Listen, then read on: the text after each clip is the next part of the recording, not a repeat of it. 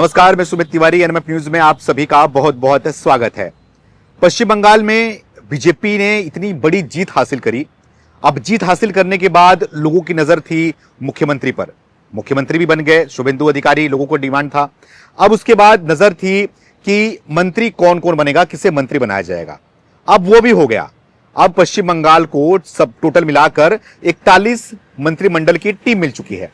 अब सबसे दिलचस्प बात यह है, इतिहास में, पश्चिम बंगाल के इतिहास में पहली बार ऐसे हुआ है कि पश्चिम बंगाल में मंत्रिमंडल में एक भी मुसलमान नहीं है। यानी कि मंत्रिमंडल में जो है वो एक भी मुसलमान चेहरा नहीं है, किसी भी मुस्लिम को मंत्री नहीं बनाया गया है। ये सबसे बड़ी बात है। उसके बाद इस पर नजर लोगों की जो टिकी हुई है वो कुछ नामों पर टिकी हुई है। पहला नाम है कलिता मांझी की। कलिता मांझी वो महिला है जो बर्तन धोने का काम किया करती थी। बीजेपी ने उन पर नजर बनाई हुई थी, उनको टिकट दिया। टिकट देने के बाद उनको जितवाया, विधायक बनाया। अब उनको जो है वो मंत्री बना रही है। अब दूसरा जो नाम है वो अशोक डिंडा पर नाम है। अशोक डिंडा भारतीय टीम में जो है वो पेस बॉलर थे और अपने बॉलिंग से उन्होंने पूरी दुनिया में नाम तो हासिल किया था। लेकिन 2021 में उन्होंने पार्टी को ज्वाइन किया और ज्वाइन करने के बाद लगातार हित में काम कर रहे थे। अब जो है उनको भी मंत्री बनाया जा रहा है। उसके बाद जो है वो अब चर्चा का विषय बना हुआ है कि मंत्रिमंडल में एक भी पहली बार जो है वो मुसलमान नहीं है। तो इसी विषय बातचीत करने के लिए हमारे साथ में हमारे सहयोगी केशव झा जी हैं। केशव जी, क्या कहना चाहोगे?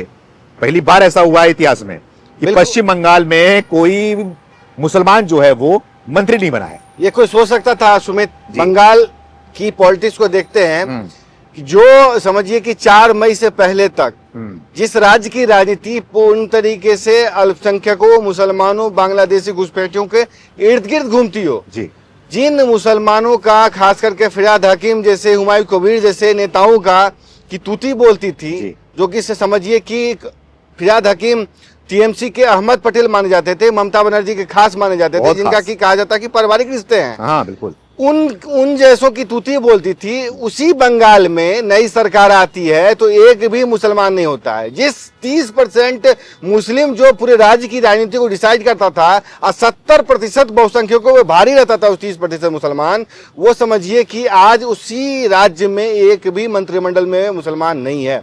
ये अपने आप में समझिए अनोखा है। ये इसलिए भी होता है क्योंकि जब पार्टी देखती है कि वोट नहीं मिल रहा है, विनेबल कैंडिडेट की तरफ जाते हैं, तुष्टीकरण से दूर भागते हैं, तब जाकर के ऐसा संभव हो पाता है। क्योंकि बीजेपी को लग गया था कि मतलब टिकट देने का कोई फायदा नहीं, क्योंकि वोट तो मिलता नहीं है। ये असम में पता चल गया था कि समझिए कि जितने उस कैंडिडेट के घर में वोटर हैं उससे भी कम उसको वोट मिले थे। बिल्कुल। ये पता चल गया था कि घर के लोग भी वोट नहीं देते मुस्लिम कैंडिडेट को, अगर बीजेपी उतारती है तो। नहीं दिया, नहीं जीते, सरकार बनी है, एक भी मुसलमान नहीं है। अब मुसलमानों को सोचना होगा कि क्या एक ही पार्टी पे दांव लगाना क्या उनके लिए सही है? क्या सिर्फ इसी रणनीति के तहत वो जाएंगे कि बीजेपी को जो हराएगा उसी को मतलब वोट देना है? क्या विकास उनके लिए मुद्दा नहीं है? क्योंकि इस मंत्रिमंडल में उनका भी स्थान होना चाहिए। अगर वो विकास के नाम पे और सिर्फ एक पार्टी को ना हराने के नाम पे वोट देते तो उनका भी जगह बनती। उनको भी सोचना पड़ेगा कि हर बास्केट में अपने वो रखने की जरूरत है। इसके पहले भी तो मंत्री थे वहां पर, मुसलमान मंत्री थे, मुसलमानों का कब्जा था, लेकिन क्या हो रहा था? अरे कोलकाता में कोलकाता मेयर है फिरहाद हकीम, बिल्कुल, लेकिन उसका कब्जा ऐसा था कि पूरे बंगाल में उसका कब्जा था।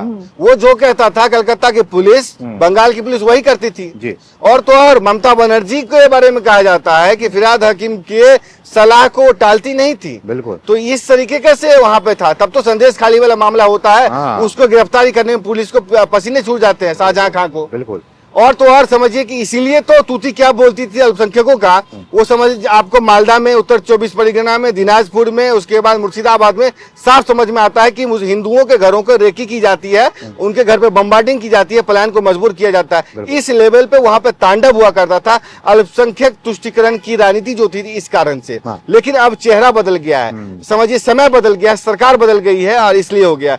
जहां तक मंत्रिमंडल विस्तार किया है, 3-4 नाम आपने लिए हैं, मैं कुछ और नाम बता बता दूं, मोटा मोटी आंकड़े भी बताते चलता हूं कि देखिए, आपने सही कहा कि 41 टोटल मंत्री हैं, इसमें से 3 और मंत्रियों की गुंजाइश बनी है, यानी कि कुल जो सरकार है उसका 15% जो है सरकार में मंत्री बनाए जा सकते हैं, जिसमें कैबिनेट मंत्री है, स्वतंत्र प्रभार है और राज्य मंत्री है।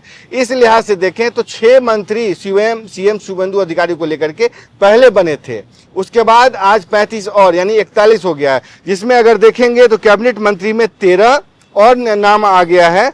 उसके बाद उसकी राज्य मंत्री में 3 और माफ कीजिए, राज्य मंत्री स्वतंत्र प्रभार में 3 और 19 जो है तकरीबन आपको आए हैं आपको राज्य मंत्री में, जिसमें कि शंकर घोष, तपस राय, उसका अशोक डिंडा, कलिता मांझी और तमाम ये अर्जुन सिंह, जितने नाम आप ले सकते हैं उन सबको शामिल किया गया। ये वो चेहरे हैं जिसने ममता बनर्जी के किले को उखाड़ करके फेंक दिया था, क्योंकि इतना आसान नहीं था। क्योंकि देखिए, शंकर घोष पे हमला हुआ, अशोक डिंडा का नाम ने लिया आपने, अशोक डिंडा पे हमला हुआ, लॉकेट चटर्जी पे लगातार हमले हुए, अग्निहोत्रा पॉल पे हमले हुए। एक और नाम आपको भूलना नहीं चाहिए, वो व्यक्ति अगर आज बीजेपी में होता तो सबसे ज्यादा मलाईदार पद पाता। नाम याद है आपको? ये है आपको कौन? बाबुल सुप्रियो सांसद। हाँ, सांसद। वो व्यक्ति जिसपे हमला हुआ तो दुबक करके टीएमसी में शामिल हो गया, उसके बाद बीजेपी में हमले शुरू कर दिया, जिसका कोई नाम नहीं था, उसको मंत्री तक बनाया, सांसद बनाया, पार्टी ने सारी चेहरा दिया, लेकिन वो दुबक करके टीएमसी में शामिल हो गया। लेकिन आज चर्चा का विषय बना हुआ है कलिता मांझी की, तो ये नाम क्या, इनके बारे में क्या आप कहना चाहेंगे? आप एक बर्तन धोने वाली को विधायक बनाया, आप उनको मंत्री बनाया, क्या वो काम कर पाएंगी? मंत्री के लायक हैं? इसकी चर्चा का विषय इस पे बना हुआ है। कौन सोचा था कि प्रधानमंत्री बन करके नरेंद्र मोदी चाय वाला प्रधानमंत्री? हाँ, चाय वाला प्रधानमंत्री बनेगा। कौन सोचा था भजनलाल शर्मा पहली बार का विधायक बन जाएगा? देखिए, सरकार ब्यूरोक्रेसी का चलाने का काम है, जिसके पीछे इतना बड़ा संगठन है, विश्व की सबसे बड़ी पार्टी, इतना बड़ा संगठन है, मजबूत मशीनरी 24 घंटे साथ में रहता है, उसको कोई दिक्कत नहीं होने वाला है। जज्बा चाहिए, काम करने की इच्छा चाहिए, इस काम अपने आप हो जाता है। कलिता मांझी, ममता बनर्जी क्या एक स्ट्रीट पॉलिटिक्स करती थी, कैसे चीफ मिनिस्टर बन गई, तो वो भी देखने वाली है। सोनिया गांधी कैसे इटली से आकर के देश पे राज कर रही थी, ये भी देखने वाली बात है। मायावती कैसे बनी, राबड़ी देवी को देखिए, उससे ज्यादा तो समझदार कम से कम है कलिता मांझी, जो घर चला सकती है वो सरकार भी चला सकती है। आपने कलिता मांझी की बात किया तो यहाँ एक और बात करूंगा। जो विपक्ष ममता बनर्जी को विपक्ष के चेहरे के तौर पे देखता था, कि बोलता था वीमेन का सबसे बड़ा चेहरा है, उनको देखना चाहिए कि वीमेन एम्पावरमेंट क्या होता है। कलिता मांझी और वो जो आरजी कार पीड़िता की मां थी, वो और भी दूसरे नेता हैं जिन्होंने समझिए कि टीएमसी की गुंडा राज से लड़ते हुए अपने आप को स्थापित किया है, आज सरकार बनाई है और टीएमसी को उखाड़ करके फेंक दिया है। तो ये कुछ नाम है। दूसरे तो एक और नाम है जिस पे चर्चा की जरूरत है, तपस राय की। आपने ऑफ द रिकॉर्ड कह रहे थे किस तरीके से वो टीएमसी से लड़ने में माहिर आदमी है। बिल्कुल। हम चाहेंगे कि आप उनको मतलब दूसरे वीडियो में जोड़ें, ताकि उनसे और भी बातचीत हो सके। पोर्टफोलियो का एलोकेशन जो है इंतजार है।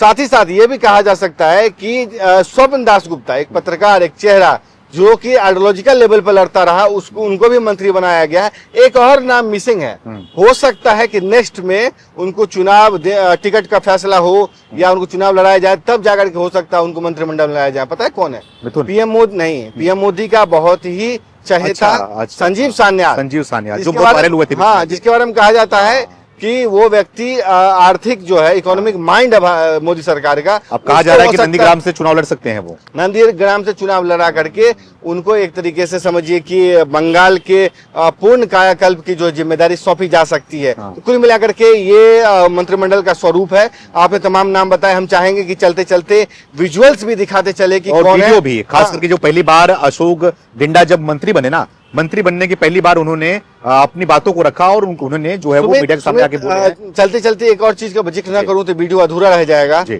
ये मंत्रिमंडल में हमने मुसलमान वाली बात की तो ऐतिहासिक है ही, लेकिन ये मंत्रिमंडल विस्तार अपने आप में भी ऐतिहासिक है। शांति से लोक भवन में वंदे मातरम का गायन, राष्ट्रगान का गायन और पारंपरिक धोती कुर्ता जो बंगाली संस्कृति है उसमें इस मंत्रिमंडल का गठन हुआ है। अच्छा। इसमें कि बंगाल की संस्कृति, माटी मानुष की संस्कृति, वंदे मातरम जो संस्कृति है, लिटरेचर है, कल्चर है, उन सब दिखा है। यानी कि भारत, भारतीयता और भारतीय तो जो है वो साफ नजर आई है। तो ये अपने आप में भी ऐतिहासिक शपथ ग्रहण था। ममता सरकार में आप वंदे मातरम पूर्ण रूप से गाया जाएगा, ये सोच नहीं सकते। बिल्कुल। अब इतना कुछ हमने आपको बताया, इतना कुछ आपने देखा भी, तो इसको देखकर आपको क्या लगता है लगता है? अपनी राय को कमेंट करके जरूर बताइएगा आप लोग। लेकिन उसके पहले मैं आपको एक वीडियो के सहारे छोड़े जाता हूं कि अशोक डिंडा ने क्या कुछ कहा मंत्री बनने के बाद।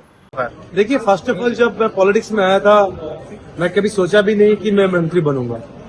तो उसीलिए मैं पॉलिटिक्स में नहीं आया था।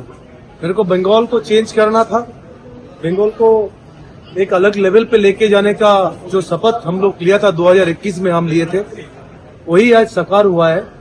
और हमारा बीजेपी का सरकार भी हुआ है, और बंगाल का जो हमारा अभी मुख्यमंत्री है जिस तरह से भाग रहा है, बंगाल भी इसी तरह से भागे आगे जाके। यही मैं चाहता हूँ, बंगाल का हर व्यक्ति, हर परिवार, हर गांव की उन्नयन हो।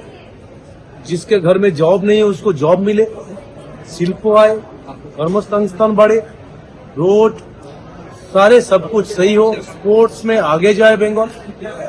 मैं यही चाहता हूँ। सुशासन की ओर की बात करते हैं, सुशासन क्या लग रहा है कि इस बार इतना है लॉ एंड ऑर्डर सिचुएशन जैसे पहले था, अब का क्या कहना है?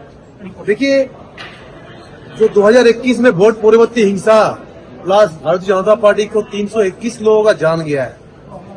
इस बार भी वोट हुआ है, इस बार कोई हिंसा नहीं हुआ।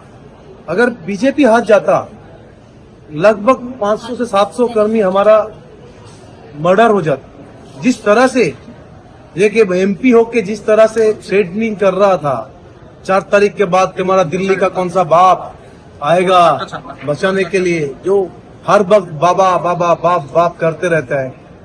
सो ये परिवर्तन हो चुका है। पश्चिम बंगाल का जनता बहुत ही एजुकेटेड है, उन लोगों को मालूम है किस टाइम पे किसको हटाना चाहिए।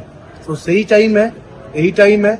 और अभी बीजेपी का सरकार के अंदर में पश्चिम बंगाल को एक नया रूप मिलेगा और सोनार बंगाल बनेगा। अभिषेक बनर्जी पर